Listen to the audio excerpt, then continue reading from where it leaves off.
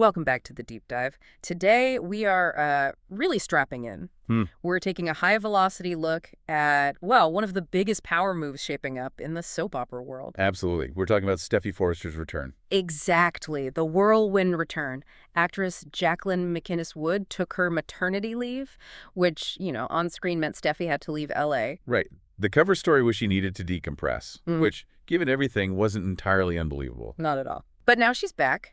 And based on what the writers seem to have cooked up, wow, she is walking straight into like a Category 5 emotional storm. That's putting it mildly. Wood's been back filming for, what, about a month now? Yeah, something like that. So Steffy, along with Kellyanne Hayes, she's hitting our screens very, very soon. And our mission today really is focused entirely on navigating what we're calling this disastrous rocky homecoming. We've gone through a whole stack of insider reports, spoilers, all that good stuff. And we're basically extracting the 5 monumental shockwaves. These are the 5 major anticipated actions, things predicted to hit Steffy or maybe be driven by Steffy the second she lands back in L.A. It sounds like a true deep dive into, well, character motivation, but also just catastrophic plot progression. Definitely.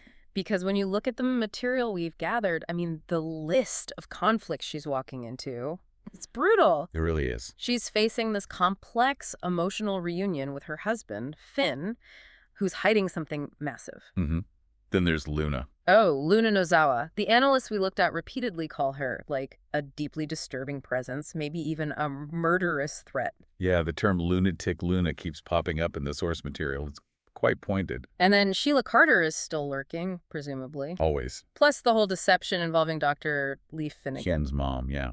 That's a big one. And maybe the most painful, the complete, utter political and emotional collapse of her parents' relationship, Ridge and Taylor. Again. It's an overwhelming amount of drama stacked up waiting for her. But we've tried to organize it. We're going chronologically, trying to trace Steffy's expected path and her reactions. Okay, good. Because the dynamic, the stakes, they're immediately sky high. So let's start right at the beginning. The most intimate part of her return. That reunion with Finn and the bomb he's hiding. All right, let's unpack this reunion. The immediate priority, emotionally speaking, as the reports all confirm, is reconnecting with Finn. Ooh, absolutely. That's number one. She's been gone for weeks. Many weeks. And the story reason, the narrative reason she left was needing that time away from L.A. To process layers of trauma. There was that shooting incident with Liam. Right. And then that whole incredibly complex, frankly bizarre saga with Dr. Grace Buckingham faking Liam dying of a brain tumor. Remember that? Oh, vividly. Exactly. And let's just quickly clarify that bit of chaos for anyone maybe needing a refresher. Good. That fake brain tumor plot. Classic high-stakes soap opera craziness. A character is convinced they're dying, leading to huge emotional fallout, terrible decisions. Right, relationships blowing up, A secret. whole 9 yards. Yeah. So Steffy left, supposedly needing to cleanse herself of that kind of, toxic stress. Makes sense. So she comes back expecting, well, peace and reconnection with Finn. Exactly. They've clearly missed each other. We are absolutely expecting that standard, loving reunion. The works. Passionate kissing, hugging, probably making love pretty quickly. The whole sweep of affection you'd expect after a long separation. It should be sweet. It should be. Warm, romantic. But what's immediately clear from Finn's side, as the analysis notes, is this crushing undercurrent of tension. Yeah, he can't relax. He's going to be visibly on edge, is the phrase used, because he knows. He knows he has to drop this terrible bombshell on her. And that knowledge, it just instantly acts like narrative poison, doesn't it? It completely ruins the vibe. It ruins the genuine peace Steffy thought she was coming home to find. She's been away, supposedly healing, finding calm. And boom, the second she walks in the door. This is where the writers just pull the rug out. The bombshell, of course. We know what it is. It's the dreaded Luna reveal dilemma. Luna Nozawa is alive. Alive, not dead as everyone was told. And the reports really highlight this crucial timing question. Who is going to tell Steffy? Right.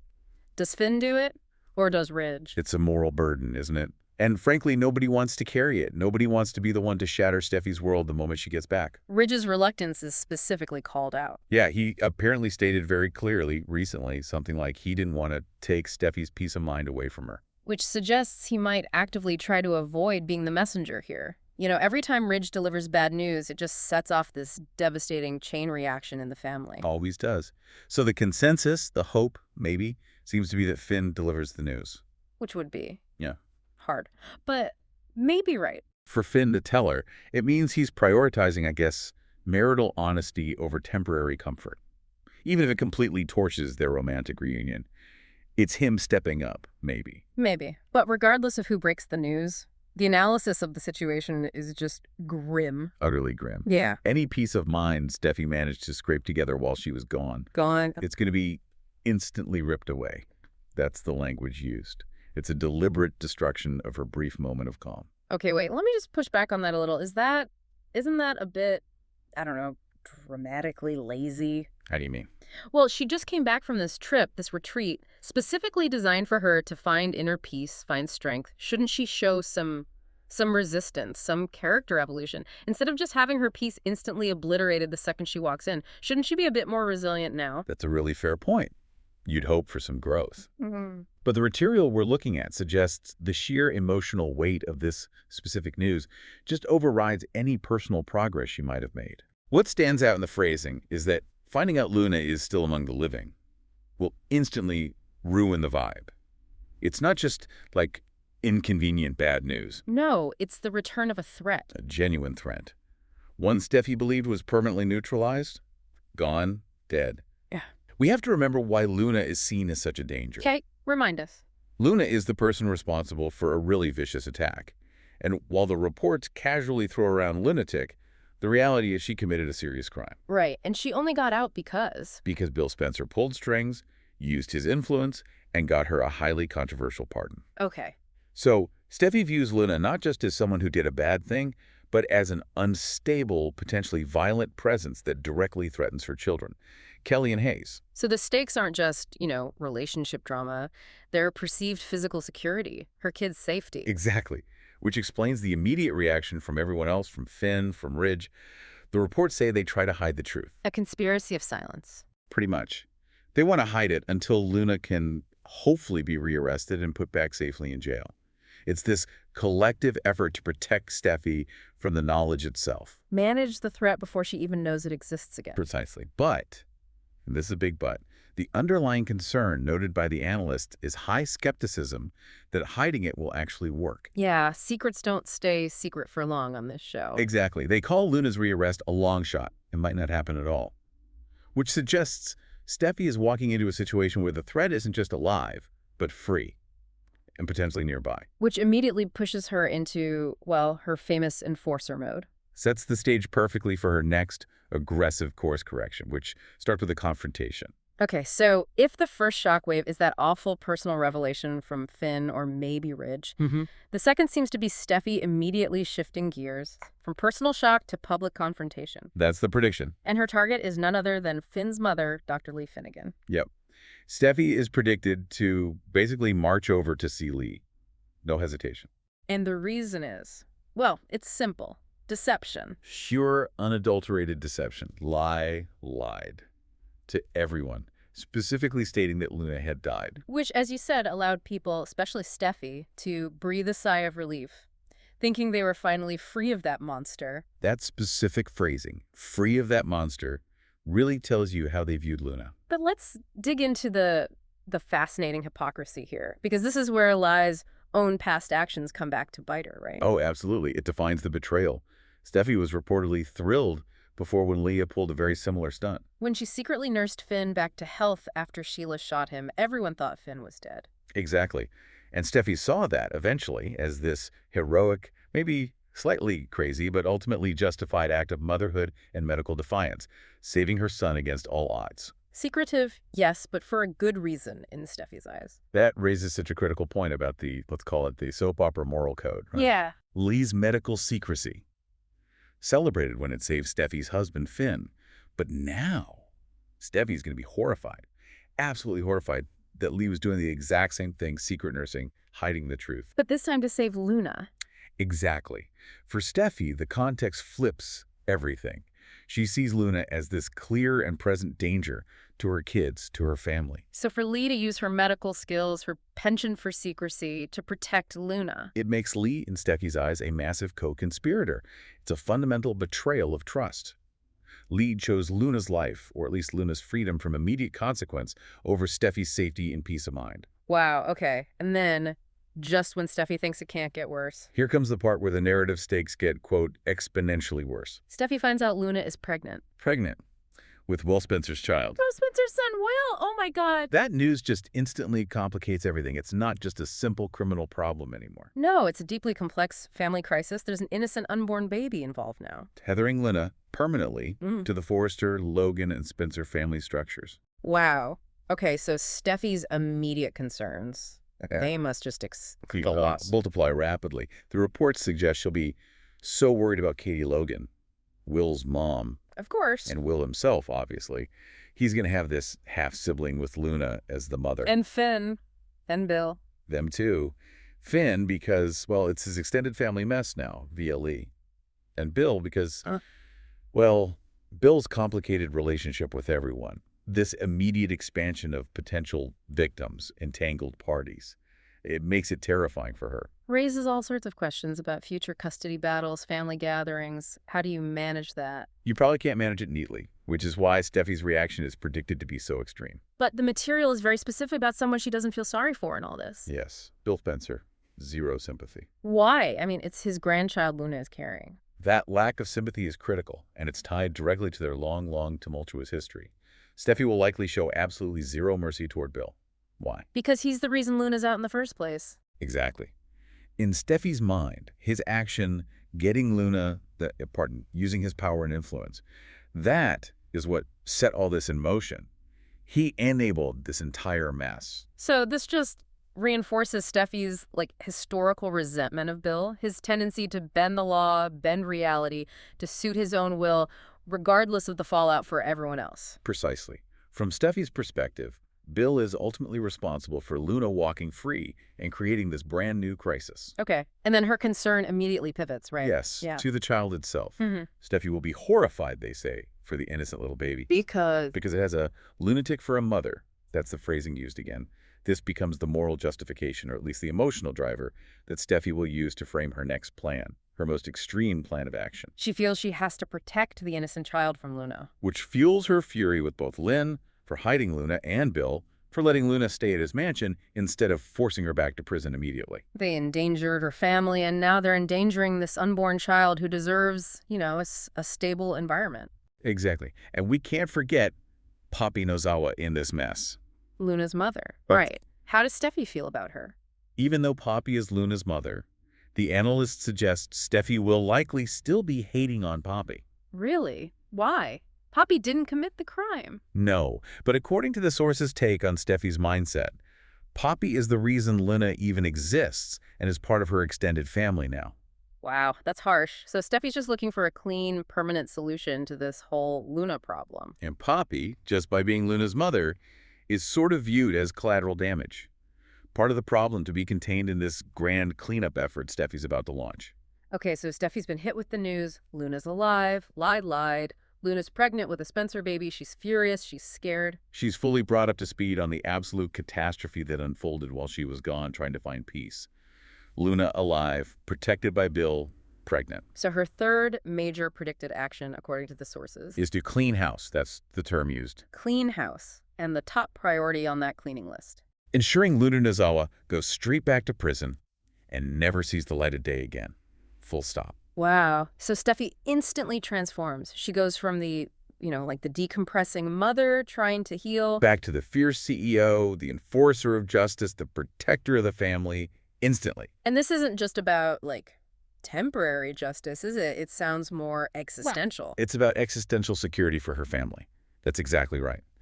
If Luna is free, Steffi sees her as this ongoing, unstable threat, capable of anything. Remember, she attacked someone viciously. Right.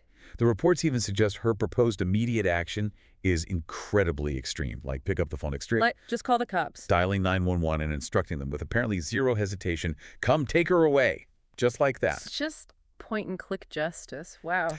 The rationale here is described as coldly simple. and it's driven entirely by fear. If Lena's permanently locked away. In prison, yeah. Then she can't be a threat to Steffy or anyone she loves. Simple as that. Containment. And what's really chilling, and absolutely defines Steffi's predicted mindset here, is the assertion that she won't care. Not one bit that Luna is pregnant. Doesn't matter. With Will's kid, or as the source says, anybody's kid. Nope. The pregnancy does not grant Luna any moral shield, any legal reprieve, not in Steffi's mind.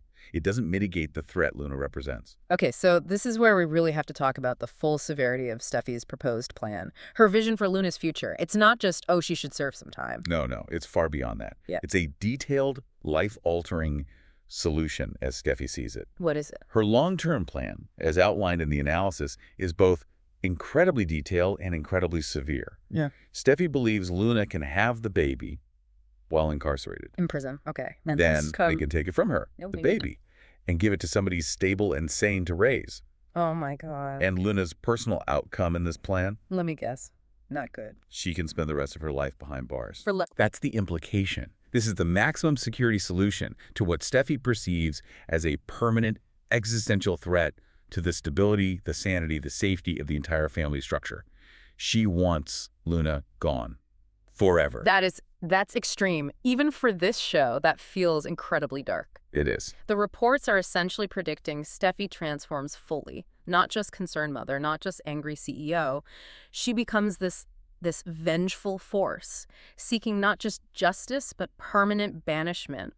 And the forced severing of parental rights based on her judgment of the mother's sanity. It's brutal. And this leads to one of the most, frankly, astonishing claims coming out of the pre-airing analysis we looked at. What's that? The alleged co-conspirators. Meaning? The consensus among the analysts, the assertion is that this extreme outcome, Luna permanently locked up, permanently separated from her child, is actually what everybody wants. Everybody? Who's everybody? And this supposedly includes Finn. Her husband. Okay. Dr. Lee Finnegan, her mother-in-law, who lied to protect Luna initially. Wait, Lena agrees with this now after saving her. Apparently, yes.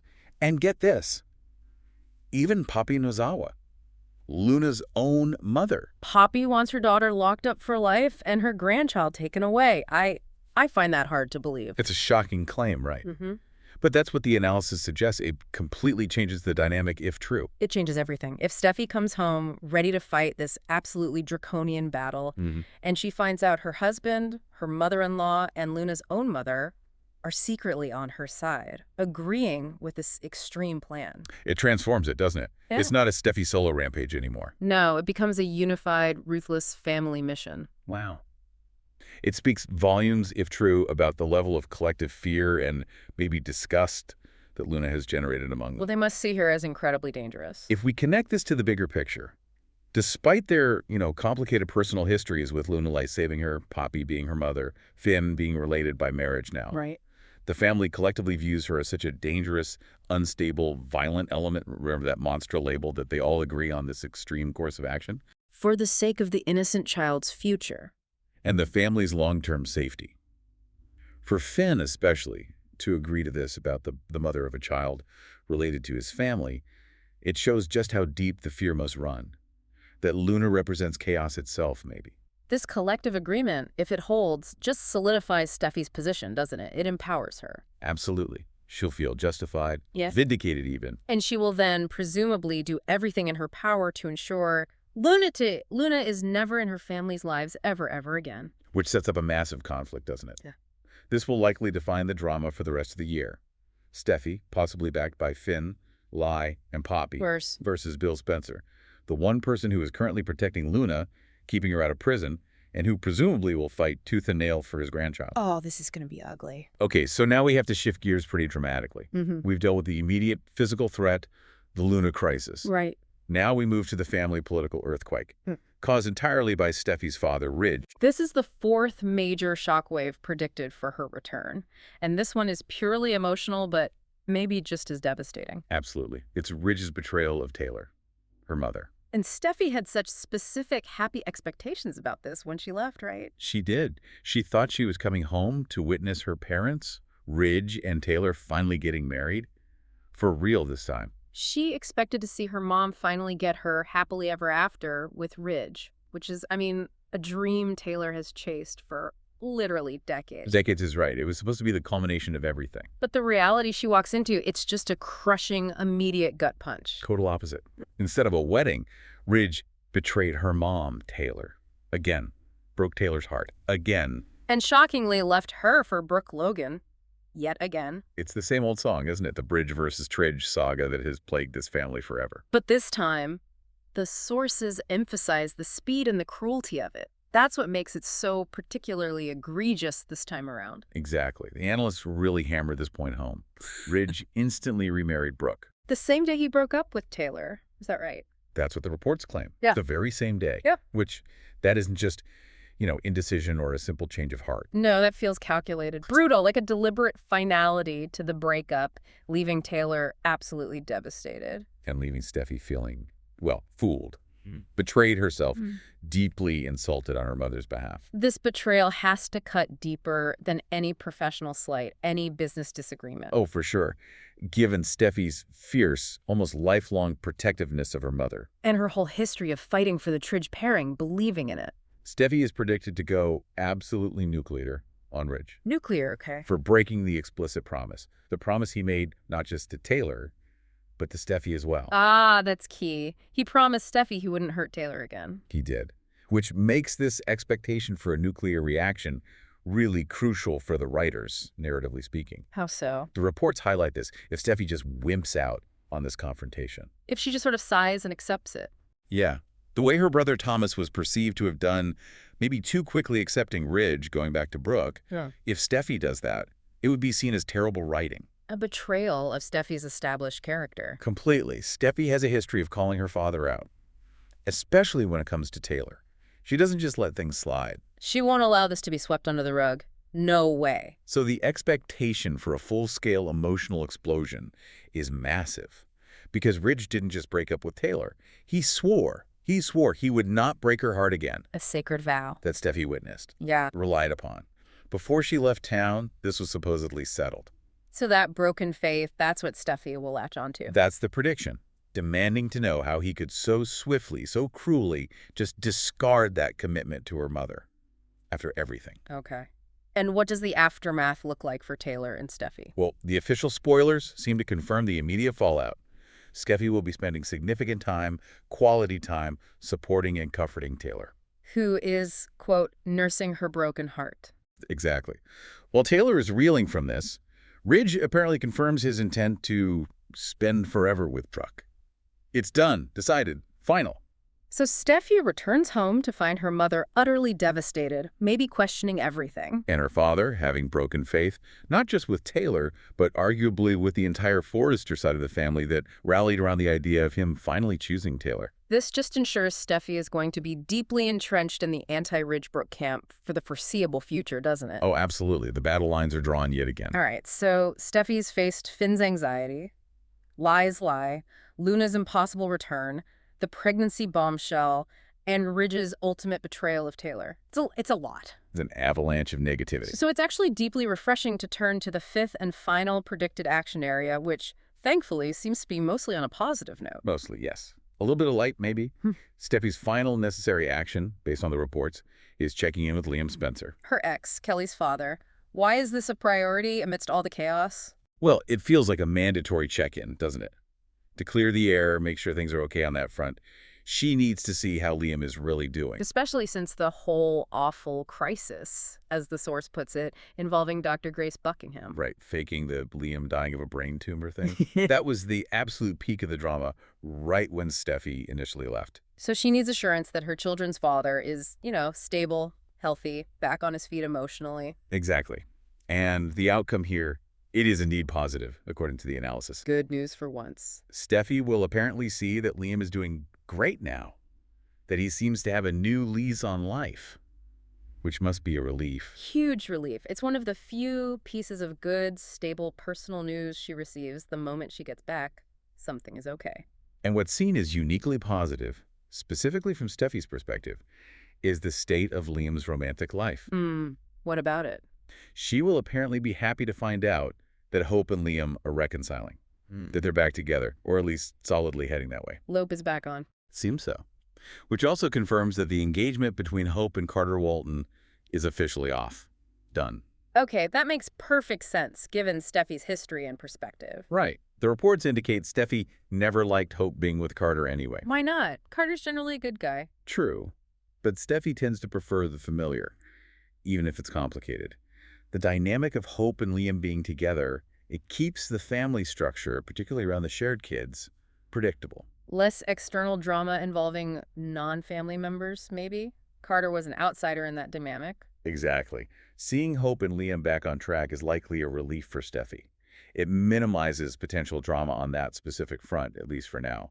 One less thing to worry about. One less variable in the equation. And the speculation here is pretty strong. The reports suggest Hope and Liam are expected to pick up speed pretty rapidly. Like how rapidly? Potentially leading them to get married again. Yeah. Maybe even timed for November sweets. Wow, okay. So that provides Steffi with at least one small stabilizing element amid all the intense personal turmoil she's dealing with everywhere else. Hope and Liam are settled-ish. For now, yes. A known quantity. Okay. Finally, business. Steffi is co-CEO. She has to catch up on the business front at Forrester Creations. Can't forget that. And this brings us to the big corporate reveal she missed while she was away decompressing. Yes. Hope for the future. The signature dress line. It was reinstated while she was gone. It's back. The flagship line that Steffi, let's not forget, fought pretty hard to shut down previously. Right. She argued it was distracting from the main brand, performance issues, all that. Well, it's back up and running. Yeah. Apparently, Carter talked Ridge into saying yes to bringing the line back, setting it back up at Forrester Creations. Okay, this is a major business reversal. Given Steffi's past professional feuds with Hope over this very line, shouldn't she technically be furious about this? Logically, yes. Based on history, you'd expect fireworks, another battleground. Yeah. The analysis suggests Steffi will actually be okay with that. Okay with Hope for the future coming back. Why the sudden change of heart? That seems un-Steffi-like when it comes to business and hope. It does, but this is crucial, I think, for understanding her current priorities. The writers seem to be signaling something here. What? That Steffi and Hope are done feuding, at least for now. The implication is that the personal stakes are just too high elsewhere. So if we connect this to the larger picture, the drama focus has completely shifted away from that old, petty, professional rivalry. Completely. The threats she's facing Lena's return, the potential danger to her kids, the complete betrayal by her father, they are so severe, so overwhelming. That the old business squabbles, who has which line, it just doesn't matter anymore. Exactly. It pales in comparison. This reinstatement of hope for the future will likely be treated as one of the least dramatic things from her entire high-intensity return. Which really demonstrates that her priorities now lie strictly, almost exclusively, in protecting her family's physical safety and emotional security. Business can wait. That seems to be the message, yes. Survival first. Wow. Okay, so if we trace the whole trajectory of this return, Steffi goes from, anticipating this sweet, loving reunion, maybe planning her parents' wedding, Expecting peace and happiness. to realizing almost instantly that her two worst nightmares have simultaneously come true. It's just a complete, brutal reversal of her expectations. Sets her up for months of high-stakes, probably ruthless drama. It really is the ultimate welcome home catastrophe, isn't it? It really is. The moment she lands, the moment she tries to settle back in, Steffi is facing this double nightmare. And it hits her two most important spheres of influence, her parents and her husband's family. Nightmare number one, her father, Ridge, betrayed Taylor, completely abandoned her, and promptly remarried Brooke, obliterating the stability, the happiness Steffi hoped her parents had finally achieved, the trust. Gone. Shattered. Shattered. And nightmare number two, which is arguably more immediately dangerous, more visceral, Luna. Luna's not dead. She is back. She's pregnant with a Spencer child, linking her to everyone. And she is currently free, protected, and likely not going anywhere anytime soon. Much to Steffi's utter disgust and her genuine fear for that innocent baby. Which she believes needs immediate protection from its own mother. Exactly. That's the core belief driving her. So, what does this all mean for the story going forward? The writers have set Steffi up not just for conflict, but for, well, it feels like an extreme moral fight. Absolutely. Which leaves you, the listener, with a really challenging thought to mull over based on everything we've discussed from the sources. Okay. The core of this immediate conflict hinges on an incredibly extreme proposal. Steffi believes a parent, Luna, should be permanently separated from her child and imprisoned for life. all to ensure the child's stable upbringing, as Steffi defines it. Right. It's a shocking stance. But here's the kicker from the reports. They suggest that seemingly good, rational characters like Finn, her own husband, like Dr. Leah, her mother-in-law, and maybe even, incredibly, Luna's own mother, Poppy, they might actually agree with this horrifying solution. So the question you have to ask yourself as you watch this unfold is this. If Finn and Lai, and maybe even Luna's own mother, agree she should lose her child and stay locked up forever, just how terrifying must Luna really be perceived by those closest to the situation? What does it say about Luna, or maybe about them, that such an extreme measure is even on the table, let alone potentially agreed upon? The answer to that moral tightrope walk, that's likely going to define the drama for months to come.